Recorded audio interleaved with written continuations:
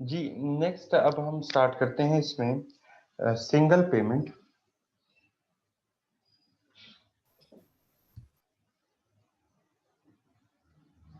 Single payment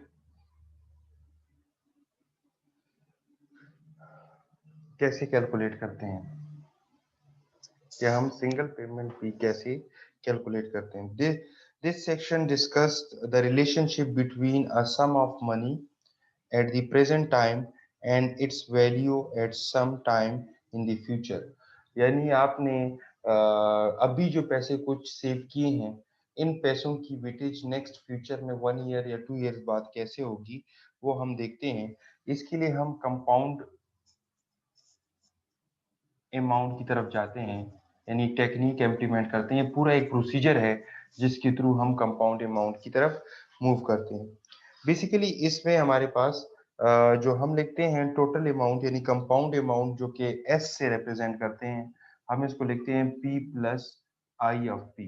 ये बिल्कुल ऐसे है जैसे आपने अमाउंट सेव की हुई है, जैसे आप गोल्ड लेते हैं और वो आपके पास रहती है और कभी उसकी कीमत अप होती है, कभी उसकी डाउन होती है।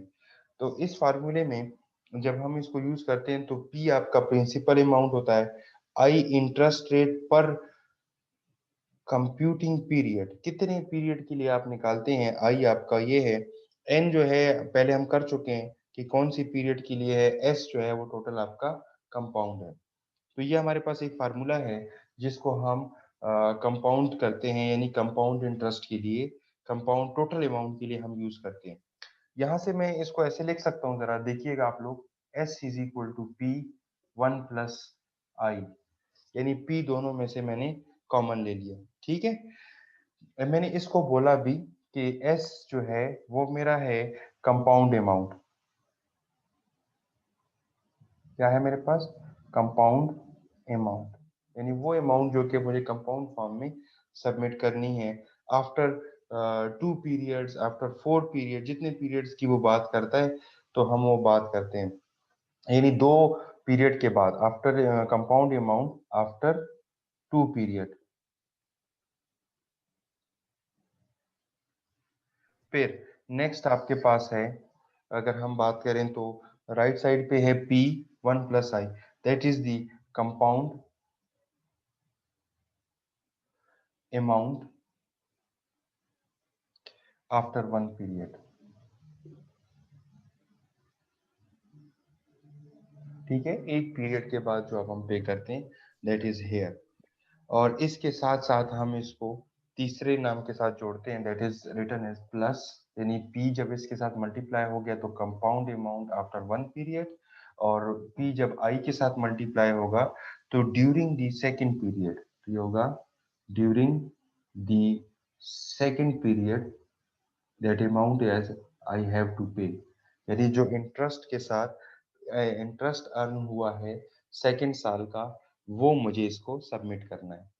तो S is the basically return age, यानी compound interest is basically is return age S is equal to P of one plus I, यानी for first, and I and to P and to one plus I, यानी दोनों को combined form में हमने इसको लिख दिया है।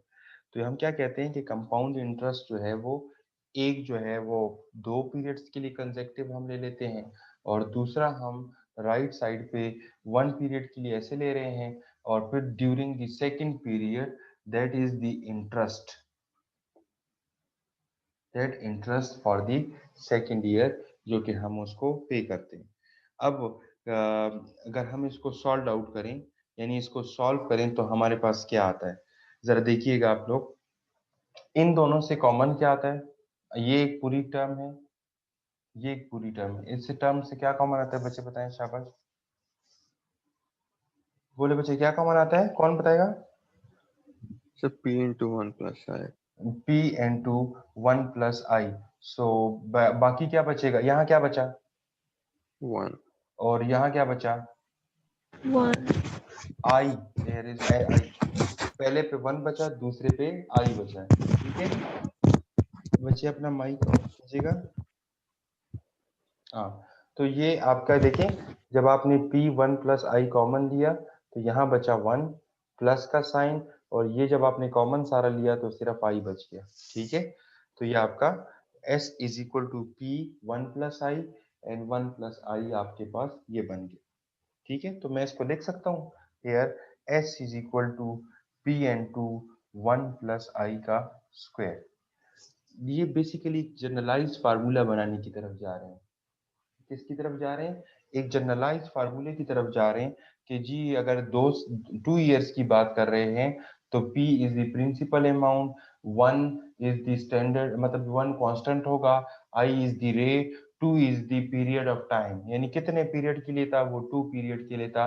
ये 2 इसलिए राइज हुआ। तो 2 पीरियड के लिए जब मैंने पहले कैलकुलेट किया, आपने फर्स्ट सेशन में कैलकुलेट किया कि आप अलग अलग कैलकुलेट कर रहे थे और प्लस करते रहते, कहते इस तरह करने की बजाय अगर एक दफा ही एक जनरलाइज फार्मूला मैं बना लूं तो वो यूटिलाइज करके क्यों ना मैं कंपाउंड इंटरेस्ट निकालूं। कहते हैं अगर इसी इंटरेस्ट को, अगर इसी केस को हम लेके चलें, फिर मैं ऊपर इसको मिटाता हूं फिर लिखता हूं, अगर इसी सिस्टम को 3rd ईयर के लिए भी मैं लेके चलूं, यही सिचुएशन तीसरे साल के लिए भी ले चलूं, यानी कि मैं लिखूं कंपाउंड अमाउंट आफ्टर 3 ईयर, 3 साल बाद जो कंपाउंड इंटरेस्ट है मैं देना चाहता हूं। तो ये देखिए कंपाउंड अमाउंट आफ्टर 1 पीरियड था, तो आप लिखें compound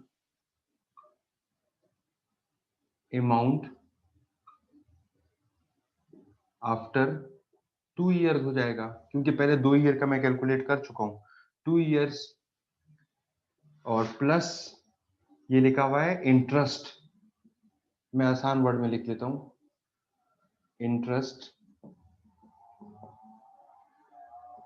interest during the 2nd period या 3rd पीरियड, आप यहाँ पे आ जाएगा interest during the 3rd period, यहाँ पे लिखें interest during the 3rd period, तो आपको समझ आ जाएगी। That is the S is equal to compound amount after 2 year, 2 साल बाद मैंने कितनी कंपाउंड निकाली है आपके सामने ये रही, P N to 1 plus I का square, and here interest is the specific year is written as I and P 1 plus I whole square. ठीक है, जो प्रीवियस वाली है उसको साथ लेके चलेंगे। अब ये देखिए फार्मूला थोड़ा और जनरलाइज हो जाएगा 3 साल के लिए। 3 साल के लिए फार्मूला क्या हो जाएगा, S is equal to, common ले लें, ये आपके पास आ जाएगा P 1 प्लस आई स्क्वायर, यहाँ आपके पास क्या बचा 1 प्लस आई एंड 2, यहाँ पे यही 2 टर्म बच जाएंगी, बाकी सारा कॉमन आ गया। So S is equal to P 1 plus I power 3। तो compound interest after the 3 year is here, P is the principal amount, I is the rate and 3 is the time duration which well taken। समझ आ रही है कि हम generalise formula कैसे लिख सकते हैं? Yes sir. तो ये हम जनरलाइज फार्मूला लिख लेंगे और हम उससे एक फार्मूला बना लेंगे कंपाउंड अमाउंट का, that is the formula for compound amount. Compound amount formula is S is equal to P 1 plus I power n, that is here. ये एक नया स्टैंडर्ड फार्मूला हमने कंपाउंड अमाउंट का बना लिया। अब अगर आपको मैं क्वेश्चन दूं कि जी बच्चे कंपाउंड इंटरेस्ट निकालें, तो आप सिंपल जी प्रिंसिपल अमाउंट का पता करेंगे, फिर आप रेट पता करेंगे, कितना टाइम के लिए चाहिए वो यहाँ पे पता करेंगे, then you have to solve that equation, you directly solve the compound amount. ठीक है, तो आप कंपाउंड अमाउंट को डायरेक्टली फाइंड कर पाएंगे, निकाल पाएंगे आप इससे फिर। Okay, fine. So you Yes, have sir. to calculate one problem. एक प्रॉब्लम कैलकुलेट करें, मैं आपको प्रॉब्लम बताता हूँ, जरा लिखिएगा। योर प्रिंसिपल अमाउंट इज $1000, लिखिए शाबाश। Your principal amount is $1000, principal amount is $1000 and rate is 8%. I is equal to the 8%, and here in problem is given that very beginning of the compound period by using state for the 10 years, 10 years for 10 years. So n is what? 10 years, it means 10. So here is the formula: S is equal to P1 plus I whole power what? N. So S is equal to P is the principal amount which is given as 1000, and here 1 plus 0.08, here is calculate this term. So whole power is 10. Now calculate here from the value of this one. आप इसकी value calculate कर लें और आपका answer आ जाएगा. कर लेंगे calculate? Yes, sir. कितना आएगा जी सर आंसर? कर लिया है. जी what 2158.92. 2158.92. 2158.82. That is the 92. 9282. 92. Right, it's 92. 92. Right, 92. $2158.92 is the your compound amount after the 10 years. 10 साल बाद आपकी जो compound amount होगी वो ये हो जाएगी. Clear? Clear. Okay, fine, good. So now next one, next problem है, एक problem और देखते हैं.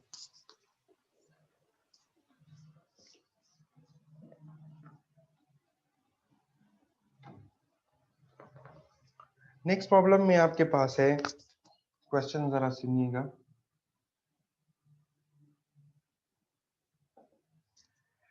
Question is a long-term investment of 250,000. That is your principal amount is $250,000 has been made by a small company. एक छोटी सी company पे करती है. The interest rate is 12% per year. Interest rate is the 12%, यानी I आपके पास है 12%. The interest rate is the 12% and interest is computed quarterly. Question जरा गौर से सुनिए कि इंटरेस्ट रेट तो 12% है लेकिन हमें क्वार्टरली पे करना है. So if all interest is reinvested at the same rate of interest, what will be the value of after 8 years? 8 साल बाद क्या होगा? That is the n is the 8 years. जी बताएं, कौन बताएगा? क्वेश्चन फिर से पढ़ता हूँ, बच्चे जरा गौर से सुने. सर एक मिनट क्वेश्चन पहले सुन लें ताकि समझ आ जाए. The interest rate is 12% per year. That interest rate it is the 12% per year. फिर आगे लिखता है and interest is computed quarterly. If all interest is reinvested at the same rate of interest. जी इसका क्या मतलब हुआ आपकी नजर में? सर ये जो इंटरेस्ट है लाइक 0.12% के हर साल ऐड अप होता जा रहा है, और जो 8 इयर्स है उसको क्वार्टरली कर लिया अगर हमने तो डिवाइड बाय 4 नहीं किया. नहीं, उसने कहा कि जो इंटरेस्ट है वो आपने हर क्वार्टर वाइज करना है. देखो इसकी मिसाल ऐसे है, मैं आपको बड़ी आसानी से एग्जांपल देता हूँ. अगर आपने कहीं से लोन लिया है, जैसे मैं बार बार एग्जांपल दे रहा हूँ, आप अगर कहीं से लोन लिया है और आप उसको कहते हैं मैं आपको ना 3 साल में 3,000 रुपए कर करके दूंगा, ऐसे ही है, ठीक है, या 4,000 पर ईयर आपको पे करूंगा, 4,000 पर ईयर फॉर 3 ईयर. मैं एक एग्जांपल रख रहा हूँ, फॉर 3 ईयर मैं पर ईयर आपको 4,000 दूंगा. लेकिन आपने एक साल बल्कि आपने तीनों साल, एक साल या 2 साल दरमियान में 4,000 दिए नहीं, अब आप पैसे कैसे दोगे? ये देखें, पहले साल आपको, एक साल आपने उसको 4,000 दे दिए, समझे? सेकंड साल आपने उसको कोई रुपीस नहीं दिए. तीसरे साल अब आप क्या करेंगे उसको? डबल अमाउंट देंगे हम फिर sir. Number of double payments amount ज्यादा देंगे। करेंगे।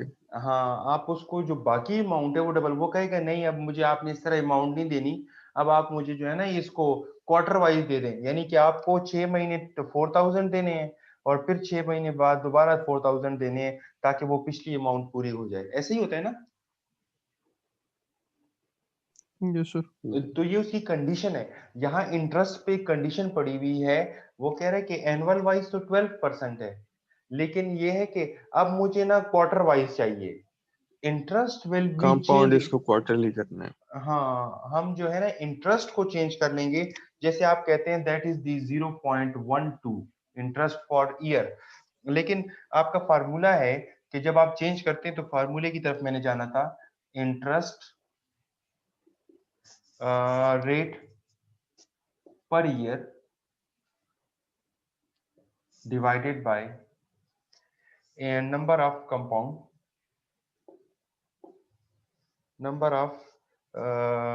compounding periods periods per year ना, पर Yes, ईयर। sir. जी, आपने उसको कितना कंपाउंड, देखिए आपका था 0.12 और आपको उसको कितने में पे ब्रेक करना था? सर 4 में। 4 में, क्वार्टर वाइज में, that is the 4। So here is 0.3, यानी इंटरेस्ट रेट आपका अब क्या हो गया? 0.03, 0.3, 0.03, right. So here is your interest rate is this one. आपने उसने इसको ब्रेक किया। नाउ फर्स्ट वन, आपने इंटरेस्ट को ब्रेक किया। अब आप चलेंगे टाइम को, आपने जैसे कहा कि 8 इयर्स को आप क्वार्टर में चेंज करें, कितना हो जाएगा? 8 multiply by 4, that is the 32, means your time duration is 32 quarter. आपने 8 साल को क्वार्टर में चेंज किया, तो ये आपके पास 32 हो गए हैं। तो your formula S is equal to P1 plus I whole power n is written as P is the principal amount is 250,000, 1 plus I is your 0.03 and whole power n is what? 32, right? Now you have to calculate the problem और आप उसको calculate कर लेंगे, ठीक है? और आप इसको कैलकुलेट करके एक आंसर निकाल लेंगे जो आपका आंसर होगा। ये बात मेरी समझ आई है आप लोगों को बच्चे, कि हम कैसे कैलकुलेट करते हैं? Yes sir. ठीक है, तो हम इस तरीके से इसको कैलकुलेट कर लेते हैं और हमारे पास आंसर आ जाएगा जब हम कैलकुलेट कर लेंगे। किसी ने कैलकुलेट किया इसको? सर 643,770.68। राइट, जी सर। कितना आया है? S is equal to 770 643,770 0.68.69। 69, okay fine. So your required answer is here. तो आपके पास ये आंसर हो जाएगा। शाबाश बच्चे, अगर किसी को कोई क्वेश्चन है तो वो पूछ सकता है, ताकि हम आगे फिर चल सकें। बोले बच्चे।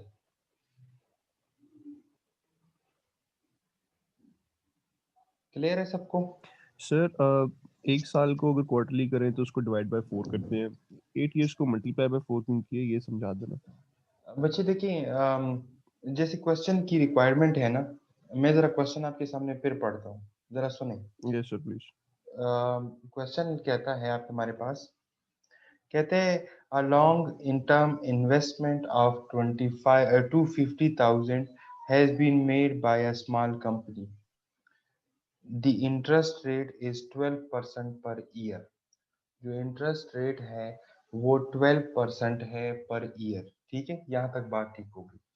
फिर कहता है an interest is compounded quarterly, जो इंटरेस्ट है उसको क्वार्टरली पे करना है।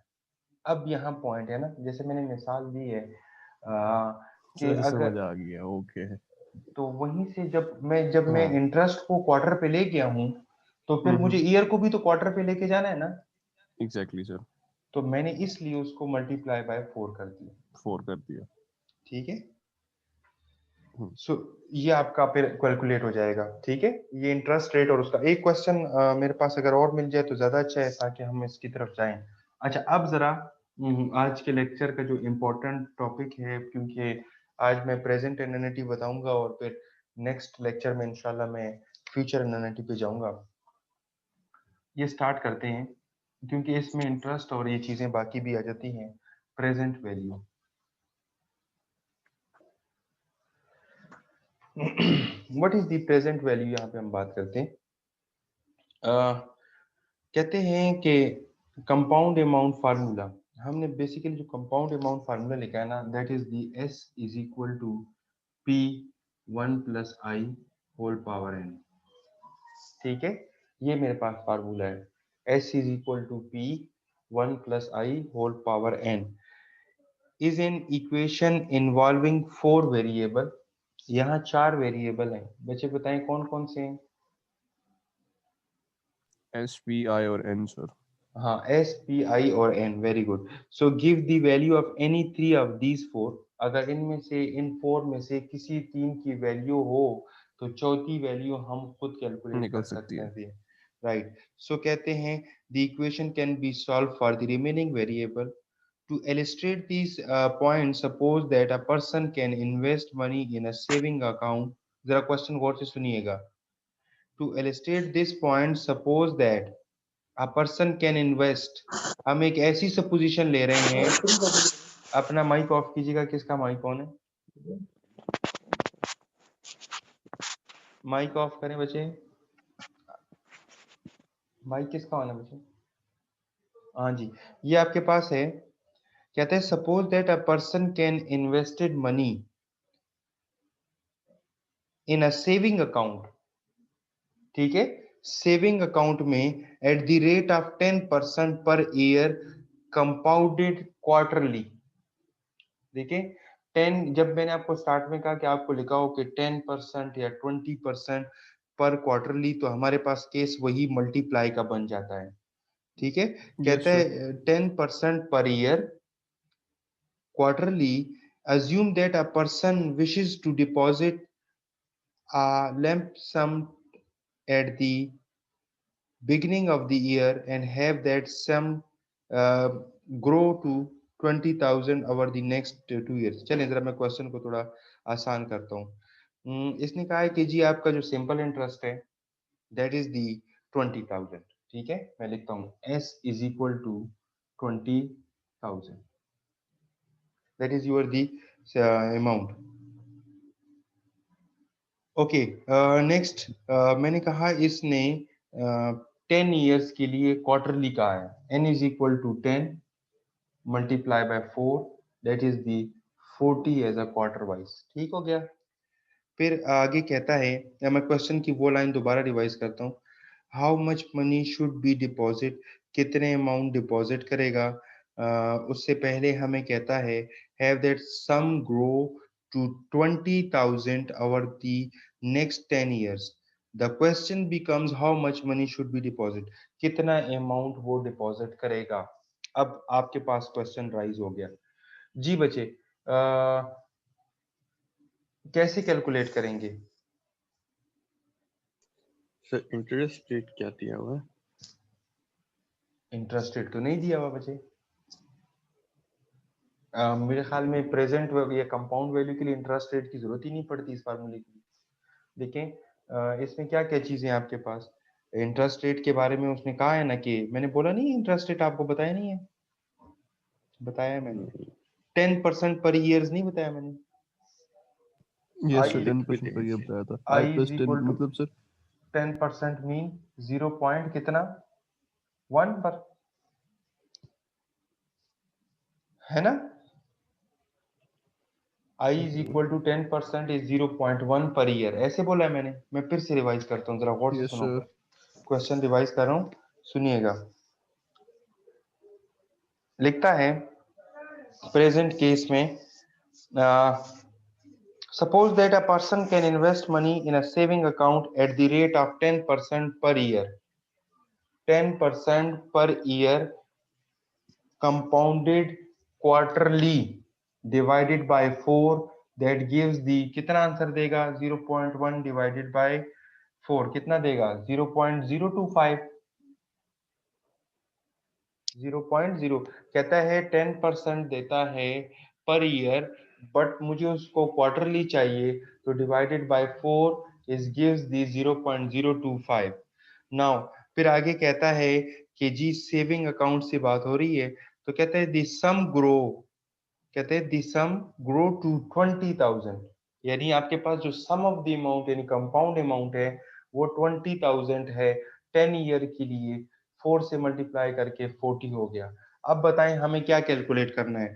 अगर मैं क्वेश्चन कहूं तो क्वेश्चन में लिखता है प्रिंसिपल हाउ अमाउंट मच, होगी सर।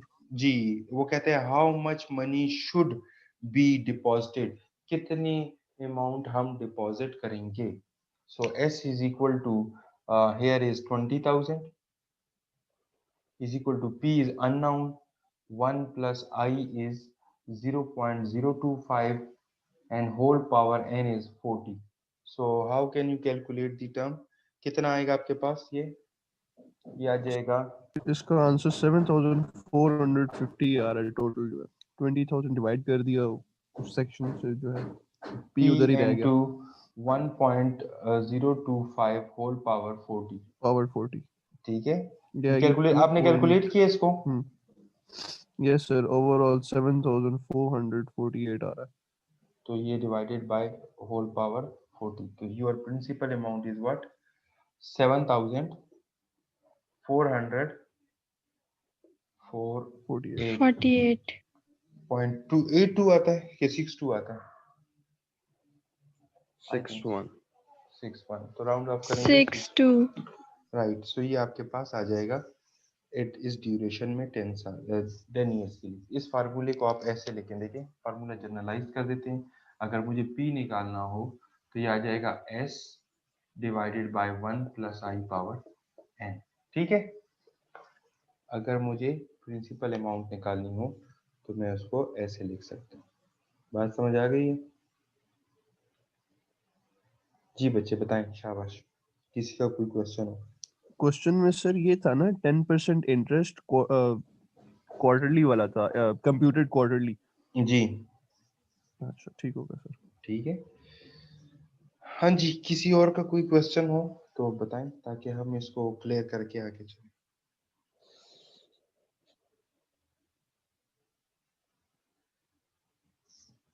अब आपको क्वेश्चन दूं, आप सॉल्व कर लेंगे? Yes sir. ओके, मैं आप लोगों को क्वेश्चन देता हूँ, अब आप सॉल्व करें।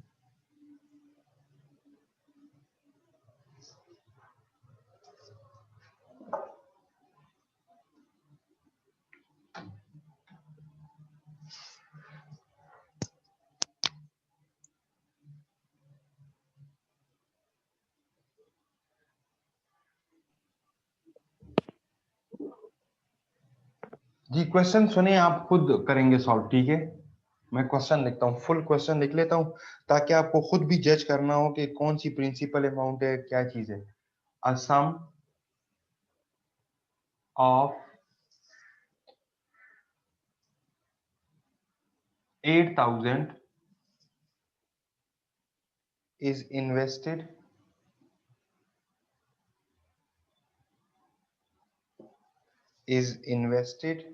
in a saving account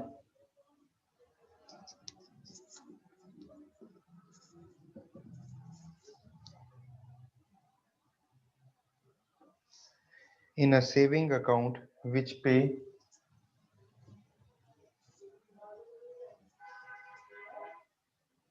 pays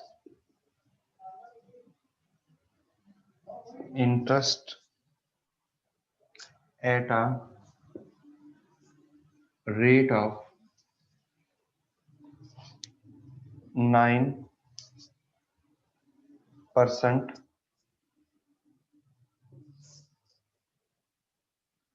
per year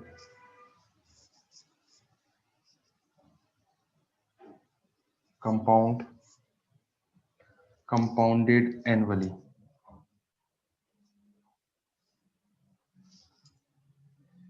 If the amount is kept on deposit for 6 years, what will be the compound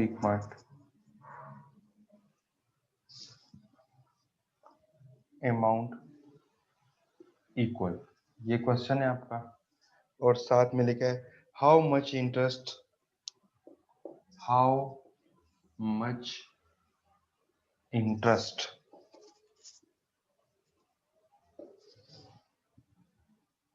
will be earned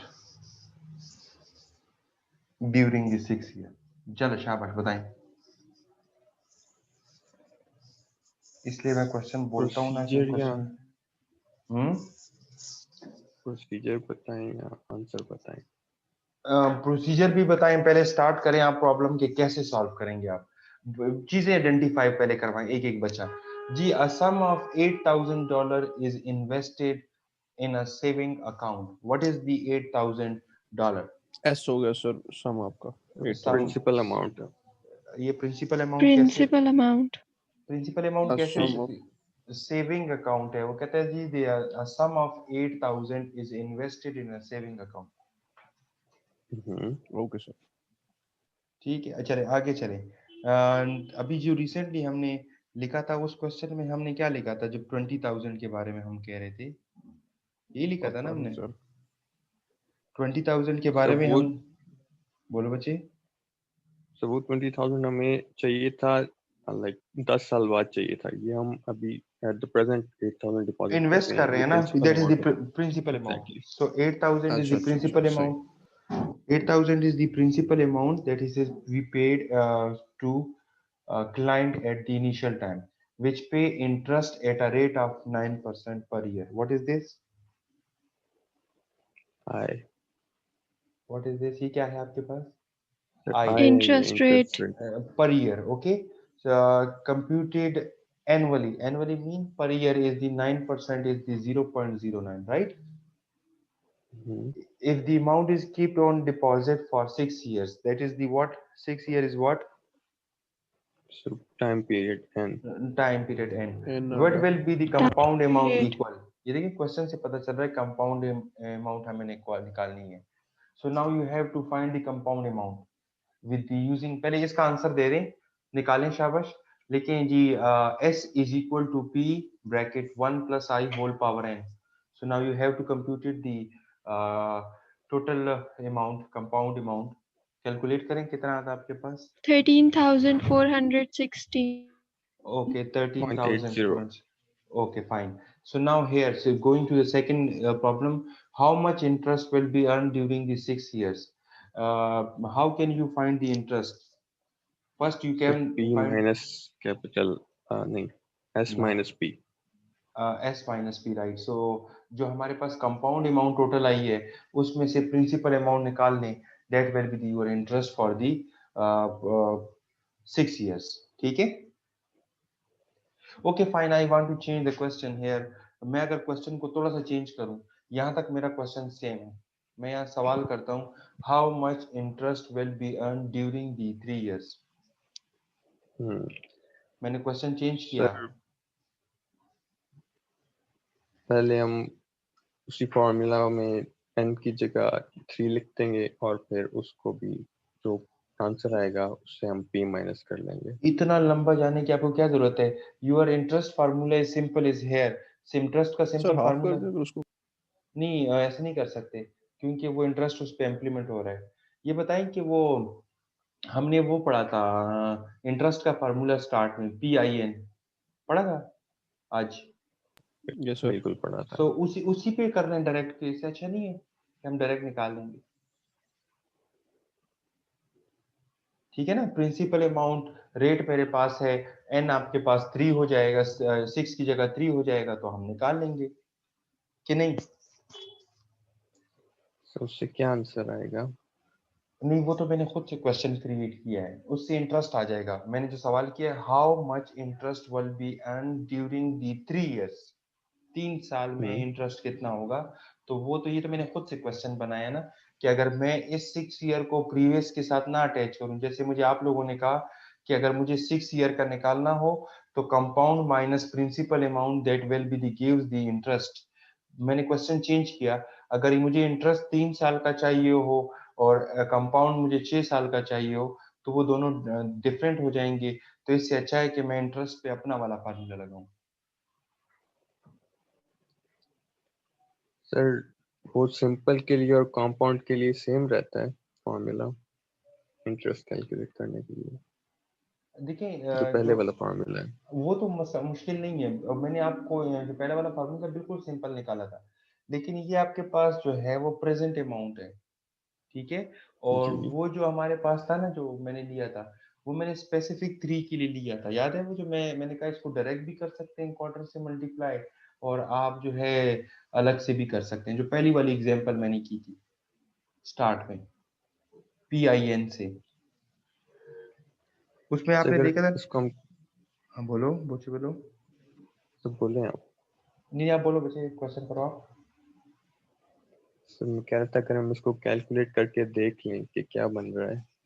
हाँ कैलकुलेट कर सकते हैं, आप इसको कैलकुलेट कर लें, दोनों फार्मूलेस को सर हम वो वेरीफाई कर, ये वाले फार्मूले से एस एक इससे करें, देखें क्या आता है आंसर, फिर मुझे बताएं। That is 3, here is principal amount, और दूसरा ये I is equal to PIN, इससे भी चेक कर ले। I is equal to PN तो सिंपल है, I is equal to P is the principal amount 8000, rate is what 0.09 and time is 3। Calculate करें जरा इससे, और इस तरह कंपाउंड निकालें, कंपाउंड से फिर वो प्रिंसिपल अमाउंट निकालें, आई थिंक आपका इंटरेस्ट सेम आएगा। सो ये पहले वाले का आ रहा है 10360 इसका आ रहा है 1036, राइट। 0.23।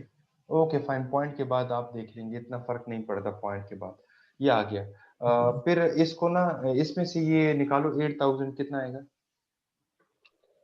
सो 2360। अब इसका निकालें कितना आता है, ये कैलकुलेट करें 2000 जो भी है यहाँ, उसका निकालें कितना आता है। शाबाश, 2160. सेम आ रहा है ना।